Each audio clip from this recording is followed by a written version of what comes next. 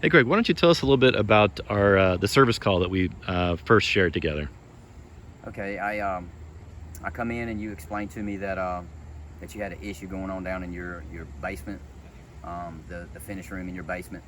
You had a spot on the ceiling. I went and I looked at it. It was a little small spot. I didn't see where it was very big to start with, because most of the time whenever you have a leak in the ceiling like that, it's going to be a pretty big spot.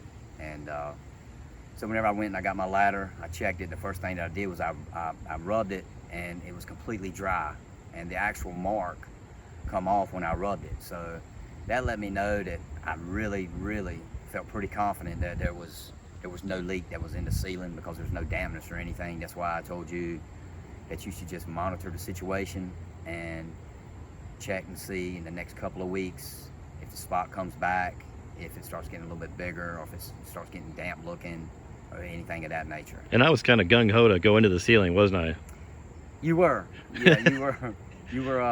You were wanting to go into the ceiling, and I said, if you want me to cut the ceiling, you're gonna have to get somebody to come and fix the ceiling. But I did recommend to wait, and I'm really glad that you waited, because as of today, you don't have no issue in the Well, basement. it's something else that we're going to figure out. I think You think it's like something like with the airflow? it's an airflow issue, and the reason I was worried is because I had recently had another plumber come in here, Four Seasons, and they said that our pressure intake valve needed to be replaced. That there was it was over 100 pounds, almost 120 pounds, twice the limit.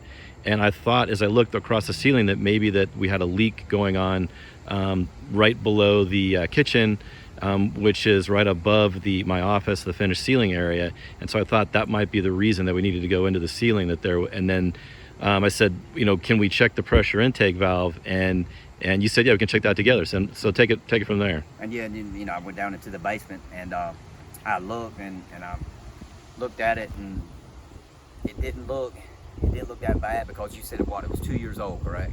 Yeah. Put it in 2 years ago. Exactly. Yeah, and it didn't look bad at all.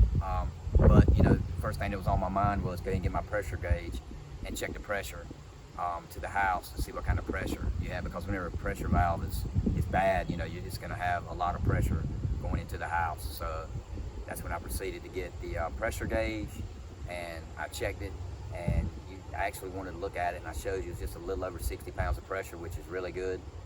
And that told me that it did not need to be replaced, and Yeah, it was like saved you some money. You did. It was like a $75 visit, as opposed to like a several $1,000 visit, which I appreciate. Another plumber probably would have taken advantage of that situation. But that's why that's why we have this relationship, and I really appreciate you sharing that with us, Greg. Yes, sir. Right on.